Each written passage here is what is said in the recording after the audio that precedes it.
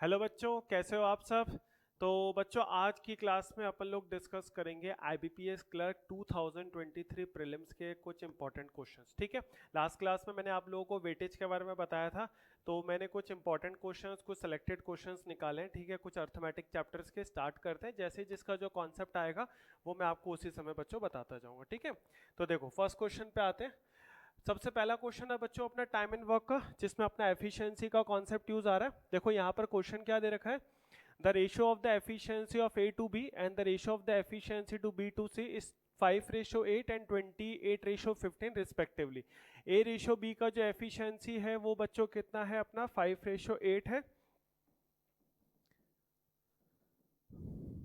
और B ratio सी का जो एफिशिएंसी है वो बच्चों कितना है, 28 है। ठीक है, ये चीज है। अब इसने बोला है कि जो ये टाइम टेकन लगा है वो बच्चों ए सी को लगा है 12 12/13, मतलब मिक्स फ्रैक्शन में दे रखा है। अगर मैं इसका टोटल टाइम निकालता हूँ ए प्लस सी का, तो ये बच्चों आ जाएगा 12 13 156 और 168 डिवाइडेड बाय 13 डेज। ठीक है, ये वैल्यू बच्चों इसकी आ जाएगी 168/13 डेज। अब इसके लिए बच्चों देखो टाइम टेकन अपने को यहाँ पर ए और सी का दे रखा है, तो मुझे एफिशिएंसी भी ए और सी की चाहिए। मैंने हमेशा आप लोगों को फॉर्मूला क्या बताया है, टोटल वर्क निकालने के लिए। एक टोटल वर्क तो बच्चों उस तरह से निकालते हैं जब आप लोगों को नंबर ऑफ डेज दे रखे हो तो आप उसका एलसीएम ले लो। एक होता है बच्चों अगर किसी पर्टिकुलर ग्रुप का, ए का, बी का या ए प्लस बी, एनी का नंबर ऑफ डेज दे रखा होता है, तो उसकी क्या करते हैं, एफिशिएंसी से मल्टीप्लाई करते हैं, या अमाउंट ऑफ वर्क जो भी उसको कह सकते हो उस केस के लिए, तो उससे मल्टीप्लाई करते हैं तो टोटल वर्क आ जाता है। ठीक है, तो total work is equal to efficiency multiply by time या नंबर ऑफ डेज, टी मतलब टाइम। ठीक है, अब यहां पे बच्चों एफिशिएंसी देखो ये रेशियोज में है, तो इसको पहले अपन ए रेशो बी रेशो सी की फॉर्म में लिखेंगे। तो ये बच्चों किस तरह से लिखते हैं, रिवर्स मैन बनाकर। ये भी मैंने देखो चीजें जो है पहले एक्सप्लेन की हैं कि यहाँ पर किस तरह से करना है, ए रेशो बी रेशो सी। यहाँ पर जो भी बच्चों नंबर क्या होता है, सेम होता है, उसको अपन डायगनली राइट टू लेफ्ट रखते हैं। ठीक है, और आंसर हमेशा इस शेप में आता है। कई बच्चे इसको ऐसे भी करते हैं कि जो कॉमन नंबर उसमें 8 एंड 28 का एलसीएम लेके नंबर को सेम करते हैं, वो भी एक तरीका होता है, बट वो गलत नहीं है। बट मैं उस मेथड को प्रेफर नहीं करता हूँ। ठीक है, तो हमेशा बच्चों अपन कैसे करते हैं, 5 × 28 140, 28 × 8 ये हो जाएगा 224, 56 इसमें से जाएगा, हाँ जी 224, 15 × 8 120। तो बच्चों ये क्या आ जाएगी, ए बी सी की एफिशिएंसी का रेशियो। अब यहाँ पर अपने को टाइम टेकन दे रखा है, एफिशिएंसी ए प्लस सी की कितनी हो जाएगी, ए और सी की बच्चों कितनी हो जाएगी 260। इसको इससे मल्टीप्लाई करोगे तो टोटल वर्क आएगा 168 डिवाइडेड बाय 13 इंटू 216, तो ये जाएगा बच्चों 20, एंड 168 इंटू 20 अपन इसको ऐसे ही रख देते हैं, 168 इंटू 20 यूनिट से अपन इसको रख देते हैं। ठीक है, देखो मल्टीप्लाई करोगे फिर बाद में डिवाइड करोगे। अब आपको टाइम टेकन किसका पूछ रहा है, बी का। तो बच्चों जिसका टाइम टेकन पूछ रहा है उसको आप उसको डिवाइड कर दो उसी की एफिशिएंसी से। तो बच्चों उसकी एफिशिएंसी कितनी थी, 224। ठीक है, तो देखो 168 जाता है अपना कितना, 8 से 21 टाइम्स, ये जाता है 8 से 228 टाइम्स, तो ये 3, एंड ये 4 7 से, ये आपका गया 5, 5 3 ज़ा 15 डेज।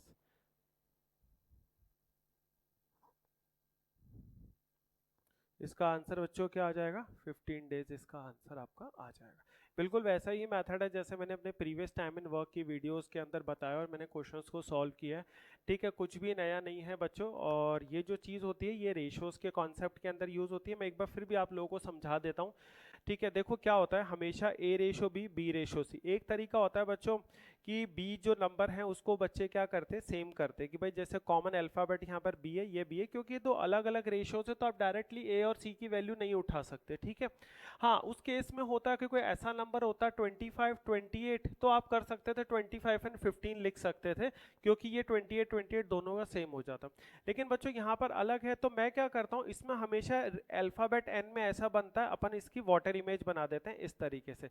तो यहाँ से ये गया, ये गया और ये गया, फिर अपन ने इसको इससे मल्टीप्लाई किया, इसको इससे मल्टीप्लाई किया, इसको इससे मल्टीप्लाई किया, ठीक है।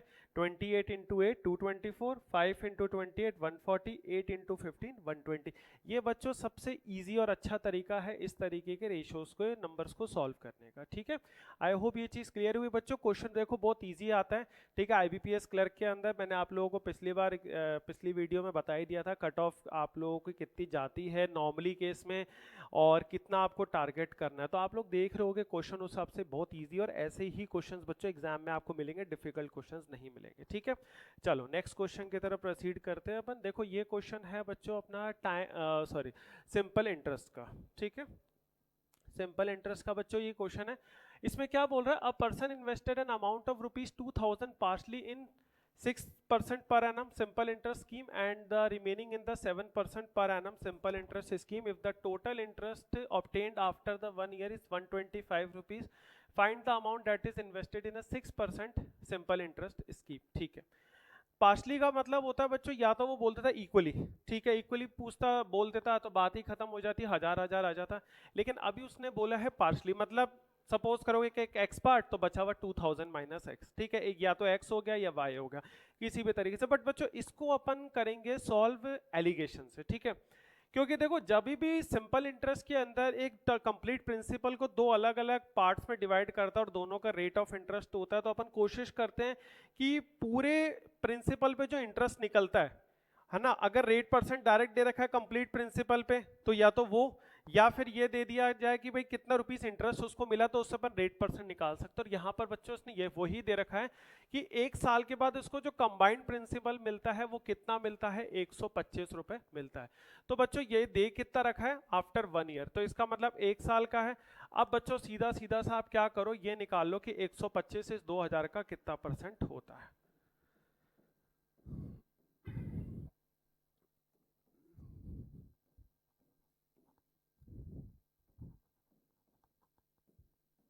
तो ये हो जाएगा बच्चों 25/4%, यानी उस बंदे को जो टोटल इंटरेस्ट मिला 6 और 7% का मिलाकर, मतलब एक पार्ट पे 6% के हिसाब से दिया, एक पार्ट पे 7% के हिसाब से जो टोटल मिला वो टोटल कितना मिला, 25/4% मिला, ठीक है। वो इसके बराबर बैठता है। तो अब बच्चों एलिगेशन कैसे लगाओगे, देखो एक पार्ट हो गया आपका 6%, एक हो जाएगा आपका 7% और एक हो जाएगा बच्चों 25/4%।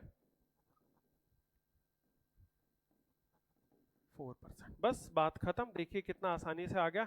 अब इसको बच्चों क्या करना है, 7 में से 25/4 ये माइनस करोगे तो 28 माइनस 3/4 आ जाएगा, और ये माइनस करोगे तो बच्चों ये 1/4 आ जाएगा। इसका मतलब इसको आप मान लो पार्ट 1, इसको पार्ट 2।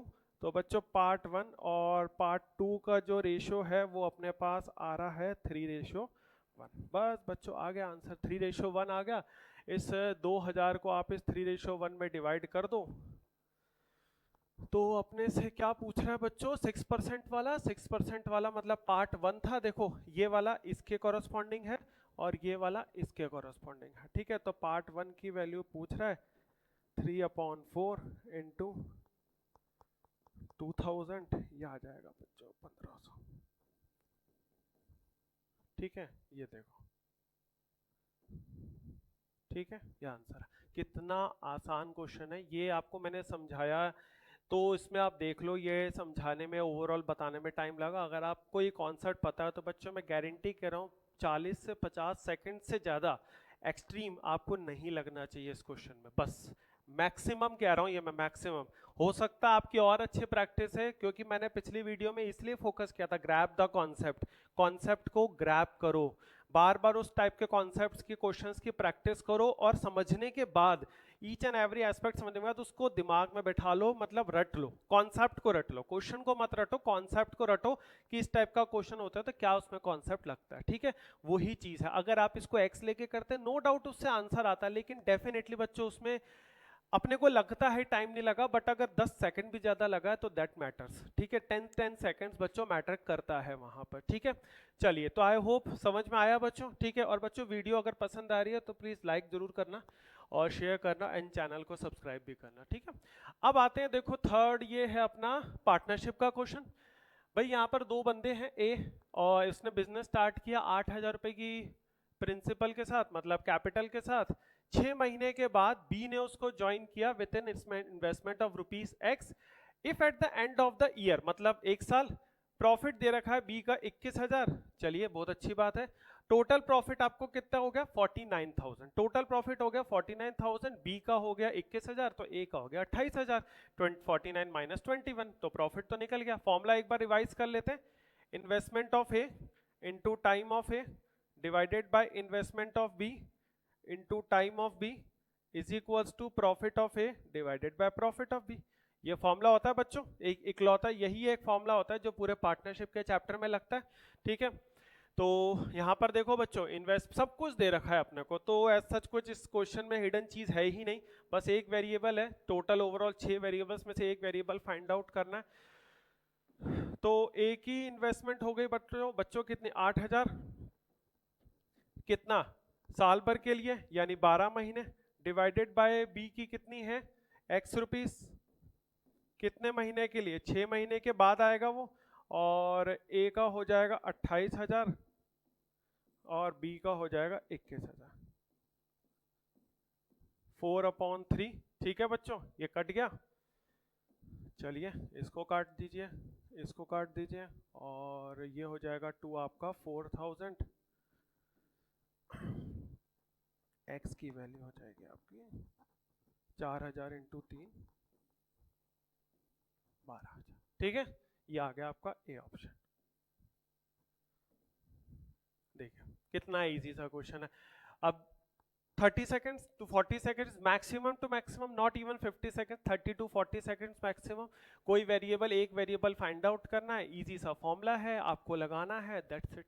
तभी तो बच्चों जब इतना इजी पेपर होता है तभी तो इतनी कट ऑफ जाती है। अगर पेपर ही हार्ड होगा एक्सट्रीम तो तभी तो कट ऑफ भी बच्चों नीचे जाएगी। तो इसलिए बच्चों कभी भी इतनी कट ऑफ देख कर ना तो घबराना मत, ठीक है, कि भाई मेरे से नहीं होगा, क्योंकि हर बच्चा यही सोचता है कि मेरे से नहीं होगा, मेरे से नहीं होगा।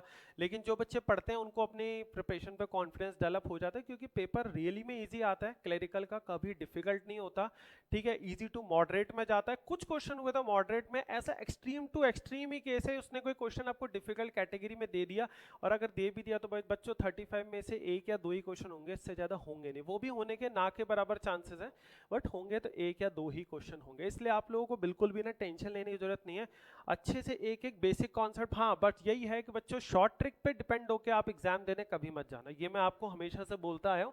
शॉर्ट ट्रिक डेफिनेटली जरूरी होती है, लेकिन शॉर्ट ट्रिक के बेसिस पे आप कभी मेरिट में नहीं आ सकते, ठीक है। उस दिन अगर आपका दिन है तो ही आप सेलेक्ट हो गए, अगर आप सिर्फ शॉर्ट ट्रिक के बेसिस पे जा रहे हो, तो अगर आपका दिन नहीं है तो आप सेलेक्ट तो बच्चों बहुत दूर की बात है, आप कट ऑफ के भी नियर नहीं आओगे, ठीक है। चलिए तो अपन दोबारा बातें क्वेश्चन पे, ये है बच्चों देखो प्रॉफिट एंड लॉस, अगेन एक बहुत इंपॉर्टेंट चैप्टर है। देखो मैंने आप लोगों को ये चीज बोली भी थी कि प्रॉफिट एंड लॉस का क्वेश्चन आता है, CISI का क्वेश्चन आता है, टाइम एंड वर्क का क्वेश्चन आता है, टाइम एंड डिस्टेंस का भी क्वेश्चन था पेपर के अंदर, ठीक है। मैंने लिमिटेड क्वेश्चंस उठाए, नेक्स्ट कुछ वीडियो में अपन उसके भी क्वेश्चंस उठाएंगे, ठीक है, नंबर सीरीज और उसके भी मैं क्वेश्चंस करवाऊंगा आप लोगों को। तो ये देखो यहाँ पर क्या बोल रहा है, shopkeeper marked an article 40% above its cost price. Marked the price का मतलब क्या होता है कि जब भी आपका कॉस्ट प्राइस कुछ अपन अज्यूम करते हैं तो शॉपकीपर उससे कितना ज्यादा ऊपर MRP का स्टिकर चिपकाता है। भाई MRP तो सेट करेगा तभी तो डिस्काउंट देने के बाद कुछ सेलिंग प्राइस पे पहुंचेगा, ताकि कस्टमर भी खुश हो जाए डिस्काउंट लेके। तो वही चीज है बच्चों, यहाँ पर आप सपोज कर लो CP है उसकी 100, मार्क प्राइस जो है वो उसकी कितनी है 140 है, और उसने डिस्काउंट बच्चों कितने का दिया है 20% का, यानी ये हो जाएगा 28, 20% इसका, तो ये हो जाएगा 112, ठीक है, 112 हो गया। अब उसके बाद दोबारा दूसरा केस है, मार्क्ड अगर उसने किया होता 50% अबव, तो बच्चों मार्क्ड उसने 50% अबव किया होता तो 150, अलाउड अ डिस्काउंट ऑफ 12%, तो ये हो जाएगा 15, 1.5, 1.53, 18, तो 132, मतलब 18 रुपए का डिस्काउंट बच्चों हो जाएगा, ठीक है। जब आप ये निकालोगे ना 12% 150 का, तो ये 18 रुपए हो जाएगा। तो अब उसने ये बोला कि the selling price would have been 90 rupees more than the earlier selling price, मतलब SP2 minus SP1 is equals to 130, मतलब एक तरीके से 90। अभी इसको आप यहाँ पे 20 लिख लो, तो 20 इज इक्वल्स टू 90 रुपीज, ठीक है बच्चों। फाइंड आउट क्या करना, 130% ऑफ द कॉस्ट प्राइस, तो 130 of the cost price means 130 हो गया, तो 90 इंटू 130 डिवाइडेड बाय 20। तो बच्चों इसको सॉल्व करते हैं तो ये जाएगा आपका 13 इंटू 9 117 1170।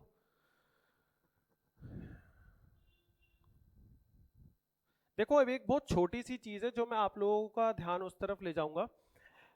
बच्चों देखो यहाँ पे मैंने 13 इंटू 9 किया, ठीक है, मुझे इमीडिएटली टेबल याद है कि 13 इंटू 9 117 होता है, मैंने इमीडिएटली लिख दिया, ठीक है। ऐसा नहीं है कि मेरे को ये याद नहीं था, मुझे 13 इंटू 9 पता है, ठीक है, क्योंकि हम लोग टेबल्स, मैंने आप लोगों को बोला ही है कि भाई जो चीज़ मैं आप लोगों को बोल रहा हूँ करने के लिए वो वही है जो सारी एग्जाम में काम आएगी।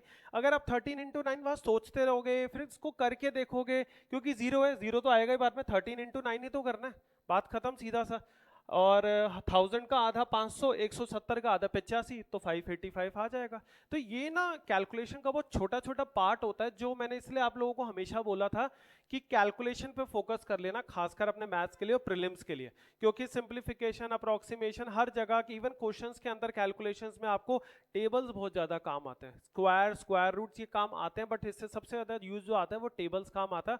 इसलिए बच्चों 30 तक के टेबल्स जरूर लर्न कर लेना, ठीक है, वो आपको कैलकुलेशन में बहुत ज्यादा हेल्प करेंगे, ठीक है बच्चों। क्योंकि अगर आपने यहाँ पर भी 5 सेकंड बचा लिए तो बच्चों वो भी मैटर करते हैं, जब आप 5-5, 10-10 सेकंड बचाओगे हर क्वेश्चन में, तो आप ये चीज नोटिस करोगे कि आप 4 to 5 मिनट्स आप एक्स्ट्रा बचा चुके हैं, कम से कम आप 3 से 4 मिनट बचा चुके हो, जिसमें आप 3 क्वेश्चन एक्स्ट्रा, 4 क्वेश्चन एक्स्ट्रा कर सकते हो, ठीक है बच्चों। तो ये चीजें देखो, क्वेश्चन बहुत ईजी है, ठीक है, सारी चीजें होती हैं, अपन सीपी को 100 मान के स्टार्ट करते हैं, मार्कअप, और यहाँ पे बच्चों वो ऐसे भी दे सकता था, a shopkeeper marked his marked an article above its cost price, बोला a shopkeeper marks an article 40%, ठीक है, अबव इट्स कॉस्ट प्राइस नहीं भी बोलता तो भी आपको ये समझना था, क्योंकि मार्कअप प्राइस जो होती है वो हमेशा ध्यान रखना क्या होता है, कॉस्ट प्राइस की जो ऊपर सेट करते हैं जिस प्राइस को, वो मार्कअप प्राइस होती है, मतलब मार्क प्राइस आती है, ठीक है, ये चीज आप हमेशा ध्यान रखना। और डिस्काउंट हमेशा मार्क प्राइस पे देते हैं, ये भी चीज मैं आप लोगों को प्रॉफिट एंड लॉस की वीडियो में पहले बता चुका हूँ। चलो नेक्स्ट क्वेश्चन की तरफ आते हैं बच्चों। अब देखिए ये आ गया एजेस का, मैंने आप लोगों को बोला था एजेस एक ऐसा चैप्टर है, कभी आता भी है कहीं भी नहीं भी आता, बट ऐसा नहीं है कि नहीं आता, आने के बिल्कुल 50-50 चांसेस होते हैं। और ये क्वेश्चन थोड़ा कंपेरेटिवली सही है, ठीक है। x years hence the ratio of the ages of a and b will be 7:5, x plus 4 years hence the ratio of a will be, a and b will be 4:3, a की present as 26 years है, b की present as बतानी है, ठीक है। देखो बच्चों hence का मतलब क्या होता है, हेंस का मतलब हमेशा प्रेजेंट से इतना साल आगे, हमेशा ध्यान रखना। जब इसने बोला x years hence, तो इसका मतलब ये a और b की एज को x ईयर्स आगे लेकर जा रहा है, x कुछ भी हो सकता है, 2 साल, 3 साल, 4 साल, 5 साल, 10 साल, 50 साल, ठीक है, वॉट एवर। x प्लस 4 जब बोल रहा था, इसका मतलब जो भी x की वैल्यू उससे 4 साल आगे, मतलब x प्लस 4, तो x प्लस 4 को आप उस x ईयर्स के आगे नहीं लेकर जाओगे, वो आप काउंट प्रेजेंट एज से ही करोगे। तो हमेशा ध्यान रखना, एगो या प्रेजेंट जितनी बार भी क्वेश्चन में लिखा हो, जितनी बार भी एगो, वो हमेशा प्रेजेंट से ही प्लस माइनस में जाता है, ये बात आप हमेशा याद रखना कि रेफरेंस एज जो होती है ना, वो हमेशा एक प्रेजेंट एज ही होती है, ठीक है बच्चों। तो अब करना कैसे है इस क्वेश्चन को, तो आप एक काम करो, ए की जो एज है इसको आप मानो 7y, और बी की जो एज है वो हो जाएगी आपकी 5y, ठीक है बच्चों। ये अपन यहीं से स्टार्ट करते हैं, अपन ने ये मान लिया है कि इनकी x ईयर्स हेंस की ये एज है, प्लस 4 बोल रहा है मतलब x 4 ईयर्स हेंस, तो ठीक है, तो 7y प्लस 4 और 5y plus 4 is equals to 4/3, तो ये हो जाएगा बच्चों 7 4 जा 5 4 जा 20, और ये 21, तो y, और ये हो जाएगा 4 3 जा 12 और 16, y की वैल्यू 4, ठीक है, y की वैल्यू कितनी आ गई, 4 आ गई। तो इसका मतलब y की वैल्यू 4, तो इसकी वैल्यू हो गई 28, ठीक है, और इसकी वैल्यू हो गई 20, 5 4 जा 20 और इसकी हो गई 28। आप एक चीज नोटिस करो, x की वैल्यू निकालने की जरूरत नहीं है, वो b की प्रेजेंट एज पूछ रहा है। भाई कोई भी सिचुएशन हो जाए, जो स्टार्टिंग से दो बंदों के बीच का एज डिफरेंस होता है वो लाइफ टाइम सेम रहता है, ठीक है। अगर दो बंदों की एज का डिफरेंस 5 साल है, तो वो अगर 100 साल का हो जाएंगे तो 195 ही रहेगा। एज बदलेगी, नंबर ऑफ टाइम्स बदलेगा, लेकिन कभी भी बच्चों वो नहीं बदलेगा उसके बीच का एज डिफरेंस। तो जब ए की एज 26 साल, ए की एज जब 28 साल है, तो बी की एज 20 साल है, मतलब वो उससे 8 साल छोटा है बी। तो ए की एज जब 26 साल है, तो वो अभी भी तो 8 साल छोटा होगा, तो 8 साल छोटी कौन सी वैल्यू है, बी की 18 ईयर्स। ठीक है, आपको x की वैल्यू निकालने की जरूरत नहीं। हाँ, आपसे x पूछे तो अपन निकाल लेंगे, और अगर अपन से x पूछता है तो बच्चों को पता चल जाएगा, क्योंकि अभी अपन जिस एज में जिस x ईयर्स हेंस में पहुंचे हैं वो एज 28 है और प्रेजेंट में 26 है, तो इसका मतलब वो 2 साल आगे है, तो मतलब x की वैल्यू 2 है। अगर वो आपसे पूछ भी लेता तो आप निकाल देना x की वैल्यू 2, अदरवाइज जरूरत नहीं है, उसने क्वेश्चन में पूछा ही नहीं है, सिर्फ उसने x का यूज हाँ आएगा, ठीक है, वो आपको थोड़ा सा समझने के लिए, बाकी x वेरिएबल कहीं पे भी नहीं आएगा, इसलिए मैंने y लेके कर दिया इस क्वेश्चन को, क्योंकि x ऑलरेडी यहाँ पर दे रखा है, वरना अपन नॉर्मली 7x और 5x लिखते हैं। ठीक है बच्चों, इजी है, क्लियर है? ठीक है, बहुत इजी इजी से क्वेश्चन है, मैंने आपको बोला ही था क्लरिकल का पेपर है, ज्यादा कोई डिफिकल्ट लेवल क्वेश्चन आप लोग एक्सपेक्ट भी मत करना। ठीक है, चलो अपन बच्चों आज के लास्ट क्वेश्चन की तरफ बढ़ते हैं। ये है प्रिंसिपल, देखो इसके अंदर दे रखा है 4000, ये अपना simple interest and compound interest का अगेन क्वेश्चन आ गया, और आई थिंक इसके अंदर आपको देखो सी एन एस आई दोनों दे रखा है। तो यहाँ पर एक बंदे ने इन्वेस्ट किए 4000 रुपए R% के हिसाब से, रेट ऑफ इंटरेस्ट दे नहीं रखा, 3 साल के लिए इन्वेस्ट किया, और इसका जो एस आई बना सिंपल इंटरेस्ट वो 1800 रुपए बना। ठीक है, इफ द मैन इन्वेस्टेड ₹5000, लेकिन अब उसने प्रिंसिपल बदल दिया, 5000 रुपए इन्वेस्ट किया R-5% के हिसाब से, मतलब R आपको निकालना पड़ेगा यहाँ पर। ठीक है, on the compound interest for 2 years, 2 साल के लिए, then the interest received by the man, मतलब compound interest basically second case में उसको कितना मिलेगा। बच्चों देखो, सिंपल इंटरेस्ट आप लोगों को हमेशा पता है सेम होता है, ठीक है, क्योंकि प्रिंसिपल सेम रहती है, मतलब हर साल का इंटरेस्ट सेम है। 3 साल का 1800 तो 1 साल का बच्चों कितना होगा 600।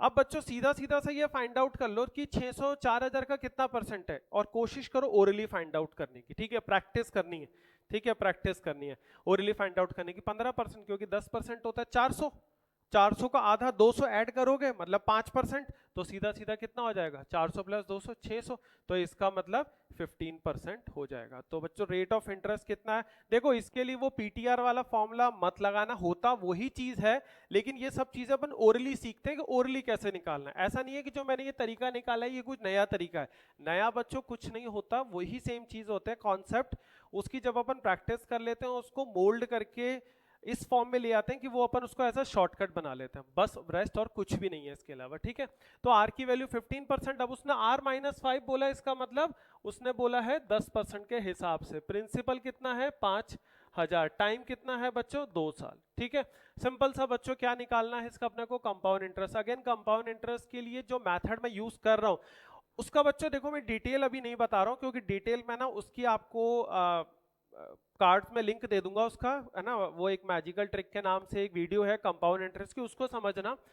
वो वाला जो मैं मेथड यूज कर रहा हूँ वही मैं यहाँ पर कर रहा हूँ, वो मैं क्योंकि बता चुका हूँ। ठीक है, अपन डायरेक्ट उस पर आते हैं कि आंसर क्या होगा। 5000 का 10% 500 इंटू 2 से मल्टीप्लाई करते हैं, ये हो जाएगा 1000। अब ये 2 से मल्टीप्लाई क्योंकि यही बच्चों जो है ना उस वीडियो के अंदर समझा रखा है। ठीक है, फिर उसके बाद 500 का 10%, क्योंकि 10% निकालना है तो 50, फिर उसके बाद इंटू 1, ये भी उसी का ही पार्ट है, तो ये हो जाएगा 50 रुपीज। तो बच्चों टोटल कितना हो जाएगा 1050 रुपीज। देखो 1050, ये डी ऑप्शन आ गया। ठीक है, यह हो गया आपका आंसर। कितना लगा टाइम, अगर आप सारी चीज़ों को छोड़ दो सिर्फ क्वेश्चन करो, किसी को समझाओ, नहीं तो मुश्किल से बच्चों 40 to 45 सेकंड्स मैक्सिमम, इससे ज़्यादा आपको नहीं लगेगा। कोई भी क्वेश्चन ऐसा नहीं था, और ये सारे प्रीवियस ईयर में किसी ना किसी शिफ्ट के अंदर आए हुए क्वेश्चंस हैं। ठीक है, और कोई भी क्वेश्चन ऐसा नहीं था जो आपको 1 मिनट भी टच करे, अगर आपकी प्रैक्टिस अच्छी है तो। अब आप समझ लीजिए कि कैसा लेवल पेपर का आएगा, और क्यों कट ऑफ 80, 81, 82 राजस्थान के अंदर या दूसरे स्टेट्स के अंदर 2 4 5 नंबर कम कर ले तो 75 के आसपास टू 80 के बीच में क्यों जाती है, वो आप लोगों को क्वेश्चंस का लेवल देख के ही समझ में आ रहा होगा बच्चों।